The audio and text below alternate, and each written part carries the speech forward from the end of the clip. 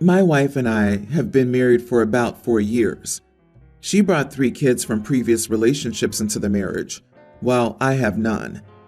They moved into my house after the marriage because I live in a better school district. Obviously, we've had our ups and downs, but overall, it's been good. Until a couple of weeks ago, when I woke up and found a large dent running down the entire passenger side of my car. The dent is about hand's width wide, starts at the front fender, and runs down to the rear tire. I was furious and thought someone sideswept my car as it was parked on the street. I checked our doorbell camera to see if it recorded anything and was surprised to see our teen daughter sneaking out of the house in the middle of the night and driving off in my car. She later returned hours later, stumbling into the house. Outside of those 2 events, the doorbell camera didn't record anything else but a couple of passing cars that didn't come close to mine. I angrily showed my wife the recording and told her our daughter needed to be punished, but she said she'd talk to her. I argued that talking wasn't enough, which led us into an argument. My wife argued that the new family dynamic has been hard on the kids, while I argued that it doesn't excuse the damage done to my car. I wanted her to agree to ground our daughter from social media and make her get a job to pay for the damage. We argued for hours until she said that I don't get a say in any punishment because I'm not her father. That ended the argument and I walked off. Since then, I've checked out of any parental duties. I've been an adult and still make sure the kids are safe and fed, but I haven't done anything a father would do. They had doctor's appointments last week for their checkups because they play sports in school, and I refused to drive them, causing my wife to have to take off of work. They start school next week, and I've dropped them off since moving in, but I told my wife she'd have to do it this year. She argued she couldn't because of her work schedule, and I answered a mother would figure it out. She called me a child and to grow up. I think since I'm not the father, I don't have to take on the responsibilities of one. But obviously she disagrees. Am I the idiot for checking out of parental duties after my wife said I'm not the father? Edit. My wife wants me to report it to my insurance as a hit and run. She said that way, no one has to pay for it. I argued that I'll have to pay for it in the long run because they'll jack up my rates. I'm not ignoring the kids, and I still talk to them daily. I just don't do or make any parental decisions, as I stated above. Also, the other day, my son asked me if he should play basketball or football, and I told him to go ask his mother. Not the idiot. Your wife doesn't get to pick and choose when you get to act like a parent, the idiot authority. She's also wrong about the hit and run scenario. If you get it repaired, you'll have to pay your deductible, and it will jack up your rates. Interestingly, she thinks the way to deal with her daughter's behavior is to commit insurance fraud. What kind of mother is fine with her mid-teen daughter stealing a car, driving while intoxicated, and causing some sort of accident? If I did that, I wouldn't have a social life until I went to college. Her daughter is a budding car thief, and she's not concerned enough to punish her. The new dynamic is hard. Tell mom and daughter the next time you'll call the cops, and they can tell them about the new dynamic. She may be telling the wrong person to grow up. She must look in the mirror. Insurance fraud is a crime. Don't do it. Also, you had better report the theft of your car and the accident to the police. She obviously hit something with it, and there's a good chance a camera somewhere recorded your car, and it can be traced back to you. Then I think you should separate. Her daughter committed at least 3 serious crimes: auto theft, drunk driving, and hit and run. She's put you at risk of being sued and possibly arrested. You can't live in a home where that behavior isn't dealt with. Everyone's the idiot here. Wife and daughter are idiots for obvious reasons. You're an idiot for not taking this seriously enough. You're playing petty games about basketball and rides to school when there's a criminal in the house, and her mother is enabling her. What else is she up to that you don't know about? This is the can of worms your wife just threw in your lap. She's more interested in covering the butt of herself and her daughter than in doing the right thing. My brother has a horrific track record with relationships. He's been married 3 times, technically 4, but that one was annulled, so it's no longer supposed to count. And he's been engaged a grand total of 7 times, including this one. My niece, his only child, does not come from any of those relationships. She was so lucky to be born before he started this string of relationships. She's been painfully aware of most of them. Only 2 of the engagements happened before she was old enough to remember, but one came back and tried to act like my niece would remember her, despite being in her life for less than 4 months, when she was only 2. Anyway, the current fiancé and my brother have been together for 5 months. They're already engaged, and we were invited to go wedding shopping. My niece, my mom, my older sister, and I. My brother paid my niece to attend because she wasn't going. Let's call my brother's fiancée Kelly for the story's sake. While at the appointment, Kelly was trying to get my niece to act more excited than she was. She'd focus on getting her opinion and make a suggestion of matching mother-daughter accessories for the wedding. My niece is 20, by the way. Kelly was pushing for my niece to be more present, and eventually, she snapped and asked her why she wasn't more excited for the new chapter in their family and excited to get a new mom. My niece replied that Kelly was nothing special, and she's still not holding her breath that they make it down the aisle, and she's not going to be excited for stepmommy number 100. She also added that even if her dad and Kelly make it down the aisle, this is not even close to his first marriage, and she knows him and knows there's nothing different about this relationship, so she knows it'll be over within the next 3 years. Kelly looked so shocked, but I laughed, and so did my sister. Mom couldn't take her eyes off something very interesting in the corner. Kelly was so offended that my sister and I laughed, and she said we should be teaching our niece better. My brother said nothing, but Kelly demanded an apology. Am I the idiot for laughing when my niece was rude to the bride-to-be? Not the idiot. I'd have laughed too. Your niece is an adult, and she spoke the truth as she saw it. She's probably correct too. And if his newest fiancée knows his history, she knows darn well that she was poking a hornet's nest by needling her fiancé's adult daughter. It seems clear she didn't want to be there, whether she knew she had to be bribed or not. OP, you have to start wearing a GoPro when you are all meeting up and start a reality TV show and call it 100 Stepmoms and Counting. That's yours and your niece's $1 million idea. As for demanding an apology, sometimes the truth hurts. Maybe Kelly didn't get the full story in the 5 months they've been dating. My dad's evil second wife tried that crap with me. I was in my 40s, and she wanted me to call her mom.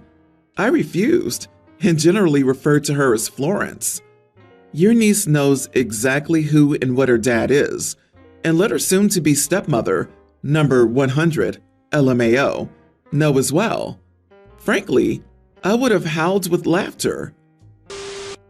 I-25 male was doing an oil change on my car in the back parking lot of my apartment complex. I wasn't in anyone's way, and it took me maybe 30 minutes. I cleaned up after myself. It's technically not allowed, but who cares? I'm paying $3,000 a month. I'm not the only one who does it either. I've seen others spending hours on their cars out there. Anyway, this older lady I don't know, maybe 70s, moved upstairs above me. She's a Karen, constantly in everyone's business and complaining about the dumbest crap. She walked all the way over to me with her crusty white dog and asked if I knew it was against the rules to do mechanics on your car in the lot. I'm like, oh no, I had no idea. She angrily said she'd report me and called me disrespectful. I just ignored her and finished up. I see her speedily walking over to the property manager's office. The next day, I got a fine for $20 wedged in my door saying that they received an anonymous report I was working on my car. I was angry. The property manager, Dan, 40s male, rode over on his golf cart to chat with me while I was working on it in the past. He's very chill, and he doesn't care about most of the policies unless you're committing a crime or actively disturbing the peace. He apologized and said that he, unfortunately, has to do it once someone puts in an official complaint, since his bosses will see it. They'll make a big stink if it's not dealt with. He told me he didn't care. He suggested I do it late at night when it's past Karen's bedtime. I was kind of fed up with her at this point.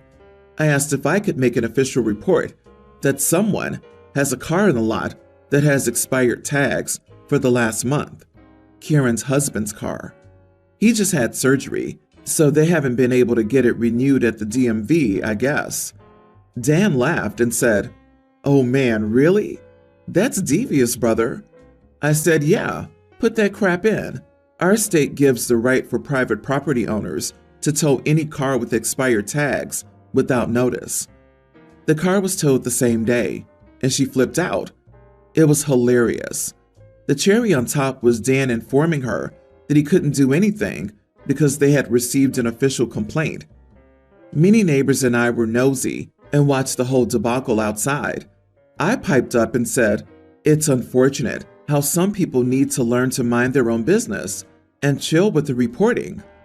She started crying, saying she doesn't have the money to get it back since it's $300 total. Too many bills with the surgery. Oops. I told my buddies. They think it's hilarious, but I've also heard some of my friends call me a major idiot, and I went too far since she's old and taking care of her husband. They said $300 was overkill when I was only fined $20. Whatever. I think she had it coming. She was constantly reporting people for the dumbest things. I mean, she screamed at little kids for coloring chalk on the sidewalk since it's against the rules. She also reported a teenager for keeping his bicycle on his balcony instead of the bike rack. It gets rusty out there with the rain. He's had it up there for years, and it was never a problem before she moved in. She's been staying inside for the most part since, so no new reports have come in either. I kind of feel bad since she hasn't gotten the car out of the impound though. Am I the idiot? Edit. To defend Dan here a bit, he does enforce the rules if you're actively screwing around. Like if kids are out there drawing slurs on the sidewalk, yeah, he's gonna do something. But little girls drawing rainbows and flowers during their summer vacation? Of course no one cares. LOL. Except Karen, obviously. Not the idiot. She plays stupid games and finally wins the prize. It's only $20 for you, but how many of your neighbors also receive $20 fines from her? That adds up quickly.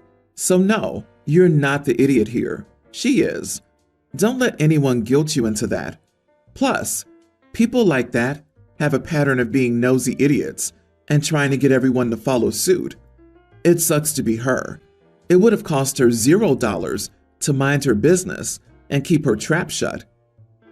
I was all kinds of ready to vote you the idiot, especially with the "I know I'm breaking the rules, but who cares" attitude. But realistically, communities only work when people look out for each other rather than trying to screw each other over. It seems like this bird has no interest in being part of the community spirit, so she can't really blame anyone but herself for this happening.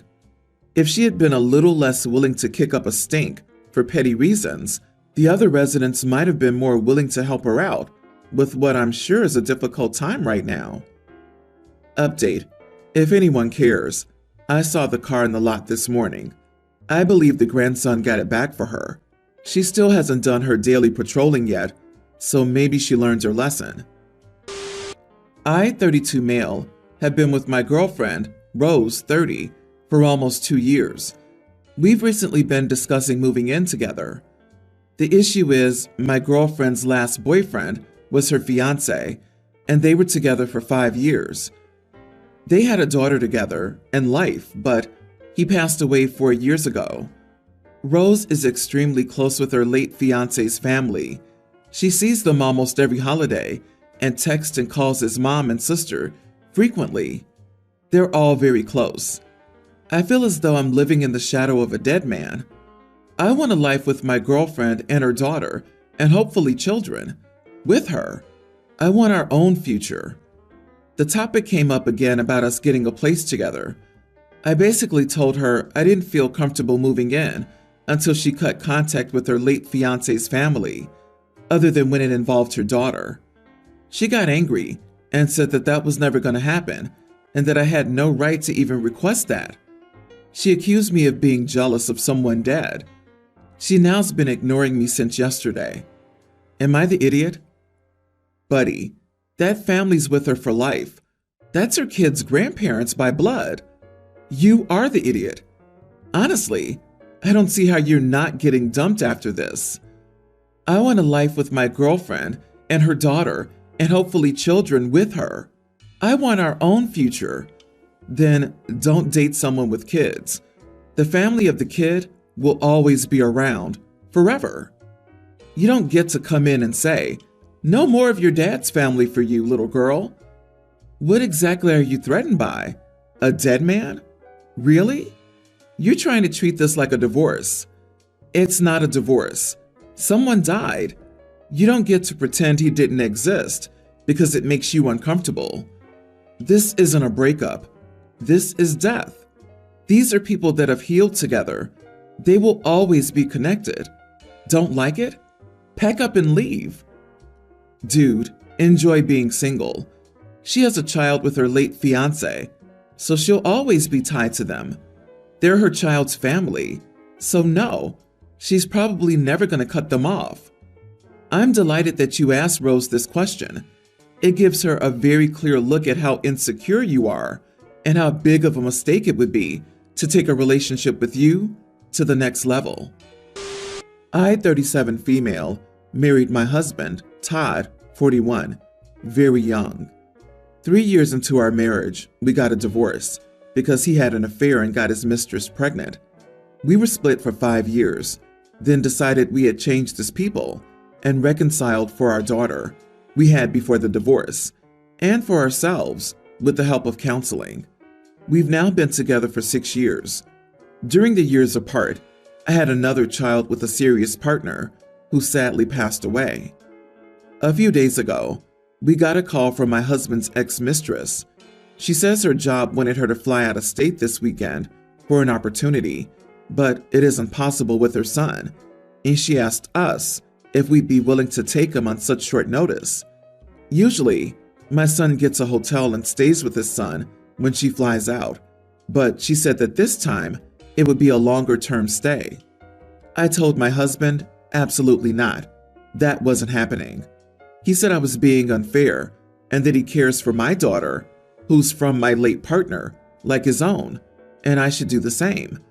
I screamed at him and said, "My daughter isn't the product of my affair. Absolutely no way he's staying here."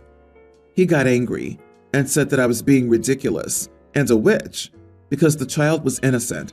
In my eyes, it hurts me too much to look at that boy. Am I the idiot? It surprises me you remarried him, given you clearly haven't forgiven his infidelity and the child. The fact is, if you had, you would accept he had a child and has to be a father to him. That means you're a stepmother. You married a man with a child, no matter how he came to have it. It no longer mattered at that point that it came from an affair. Just like you, he was a parent with a child.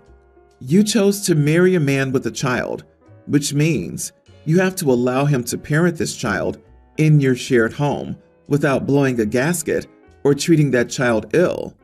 So you are the idiot. Before you remarried him, did you tell him that you hate his child, will always hate it, and never treat the kid well, all while expecting him to love your child? You chose this relationship, and now you want a father to choose you and your child over his. Pretty lousy. You decided to remarry him. Husband is an idiot because he's allowed you to treat his child as a second-class citizen.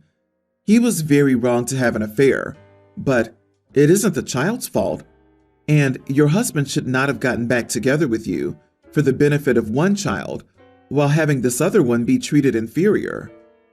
Everyone's the idiot here. Maybe, just maybe, you two were better off divorced. This is an issue that's not going away.